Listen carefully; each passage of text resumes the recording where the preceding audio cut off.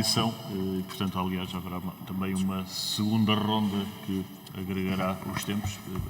A senhora Vice-Presidente seguramente não deixará de intervir.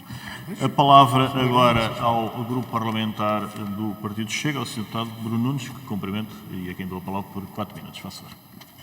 Senhores Presidentes de Comissão, uma vez mais bom dia, cumprimentar a Associação Nacional de Freguesias. Estamos claramente sobre um orçamento de austeridade para as juntas de freguesia e não tenho grandes dúvidas que concordará comigo.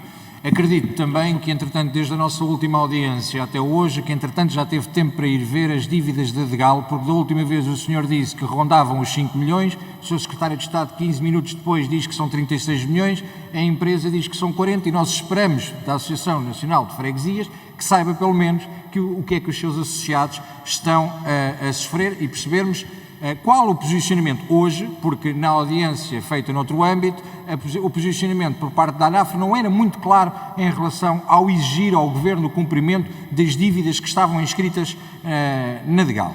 Em relação ao fundo de financiamento das freguesias, o senhor diz que não há uma grande diferença do interior para o litoral, mas as juntas de freguesia do interior queixam-se da austeridade que lhe está a ser feita e colocam, inclusive, nas denúncias que têm feito chegar ao nosso grupo parlamentar, e acredito que não foi apenas a nós, que colocam aqui em causa dúvidas na questão da transparência de como é que tudo isto foi feito e como é que foi abordado. Gostaria de saber qual o posicionamento da ANAF em relação a essas declarações, já o disse, mas eu gostava de perceber em relação à questão da falta de transparência que é anunciado para algumas juntas de freguesia nas denúncias que fazem ao Chega, e fazia uma pergunta na sequência disto, que é perceber se perante esta austeridade que está a ser feita às juntas de freguesias, se isto implica ou não, tendo em conta que as juntas de freguesia não podem recorrer a crédito bancário, se isto implica ou não que neste momento a função de tarefeiro do Governo e das próprias câmaras municipais cada vez é mais premente naquilo que é o posicionamento e na ação de proximidade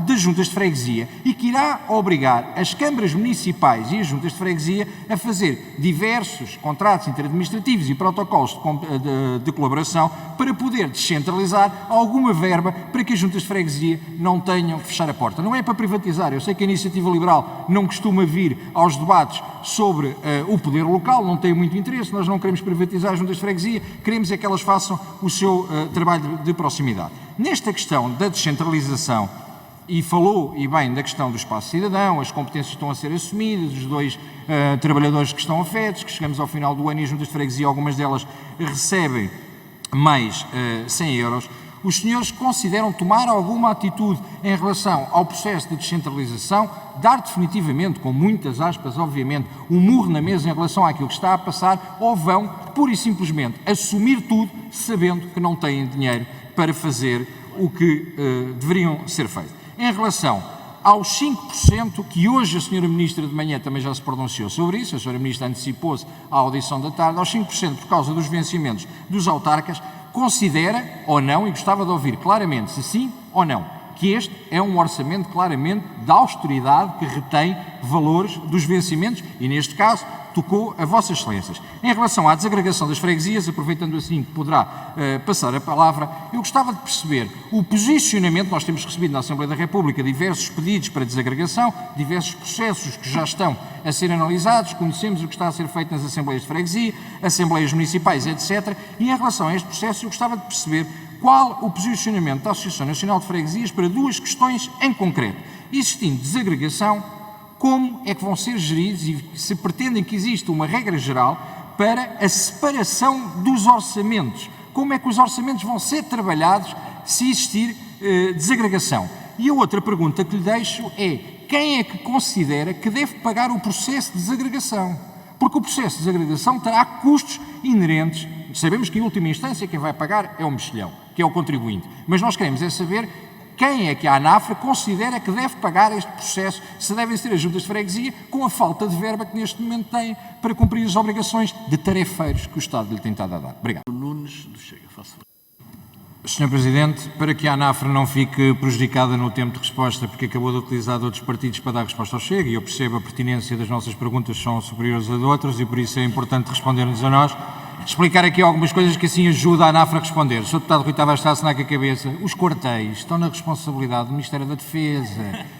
Aprenda, estudasse um bocadinho.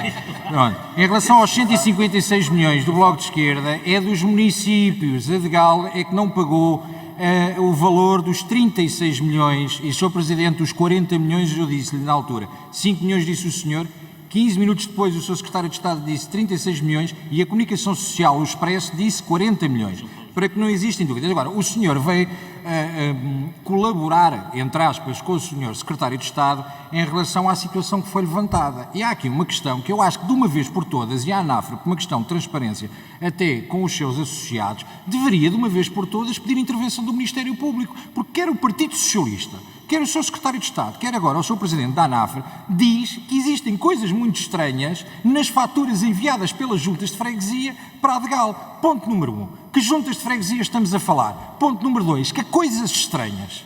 Que coisas estranhas. Os senhores não podem dizer que existem valores estranhos, que aquilo não se percebe o que é que lá está e que porventura houve ali juntas de freguesia que colocaram 3, 4, 5 vezes mais os valores dos custos fixos que têm. Ó, Sr. Presidente, estamos a colocar os vossos associados numa situação que eu acho que o Ministério Público tem que intervir, porque já não é a primeira vez que vem a esta Câmara a dizer que existem dúvidas nas faturas e que as faturas nem sequer... A questão é da tipologia da fatura, é daquilo que poderia ser enviado, mas onde é que está escrita a tipologia de dívida que poderia ser enviado? O que é que era dívida aceitável e não era dívida aceitável? Ou estamos a falar que o aumento de dívida que foi feito não estava autorizado e, por isso, os presidentes de junta de freguesia incorreram em algum crime na utilização indevida de dinheiros públicos? É a minha pergunta. Muito obrigado, Sr. Deputado Bruno Nunes.